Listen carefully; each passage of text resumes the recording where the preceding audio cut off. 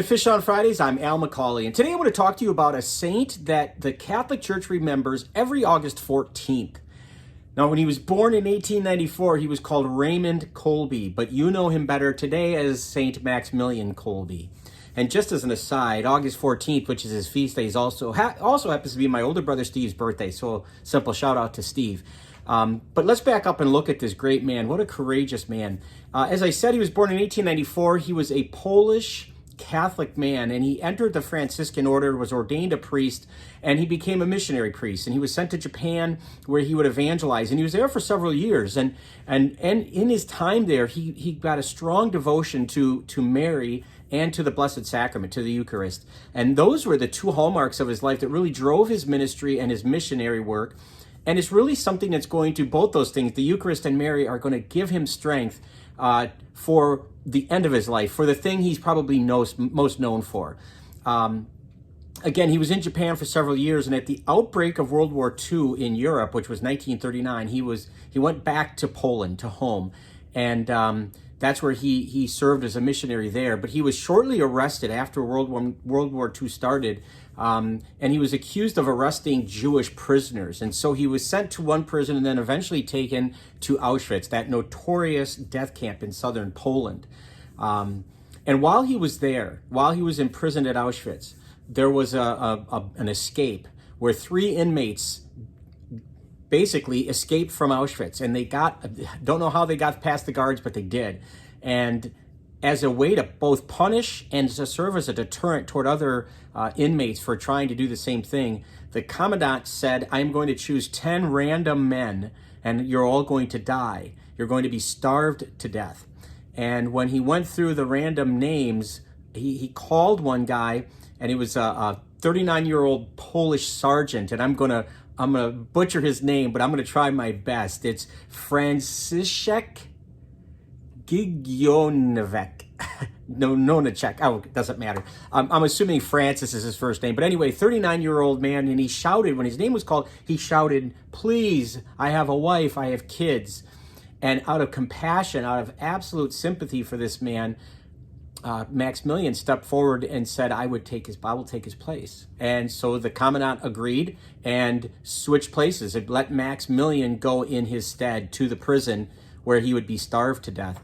And while he was in that prison cell, Maximilian prayed for the strength to be the last one to die. He wanted to be the one that would give strength and courage and hope to the other prisoners who were dying along with him in their cells.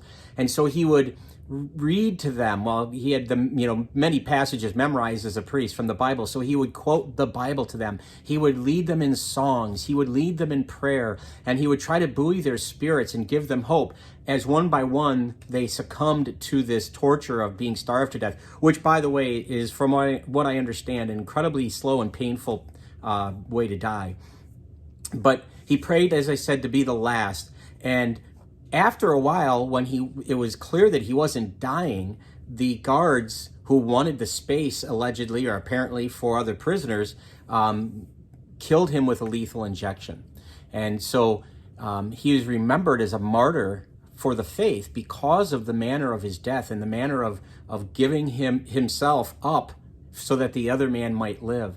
And what's interesting about this man, Francis, the 39-year-old sergeant that he saved, is miraculously both he and his wife survived the concentration camp. They survived Auschwitz, and they got out, and he told this story. In fact, he wouldn't stop telling this story, and he became the principal reason, his story became the principal reason that Maximilian Kolbe became known and became venerated, and then eventually, in 1982, canonized by Pope John Paul II. And interestingly, this sergeant that he saved was at the canonization as an invited guest of the Pope.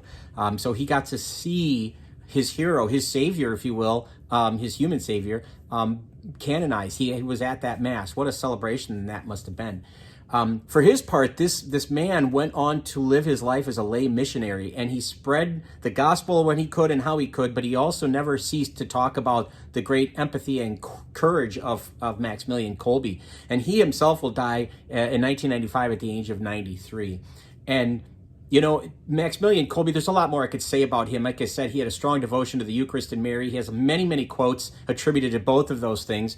Like any of the saints I cover and Fish on Fridays, there's so much more than just scratching the surface. And I'm hoping it inspires you to want to look more into these saints, to investigate maybe Maximilian Kolbe yourself, to learn more about him and his ministry. But one of the quotes that's attributed to him, and I just love it, it's simple, just so simple, and it's so much like him because he was a man of great humility and simplicity.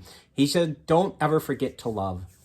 And that might seem very cliche, like, well, duh, but it's important to remember that everything we do, don't forget to love. When you're washing the dishes, don't forget to love what you're doing. When you're with your children, when with your colleague, when you're driving on the interstate, don't forget to love.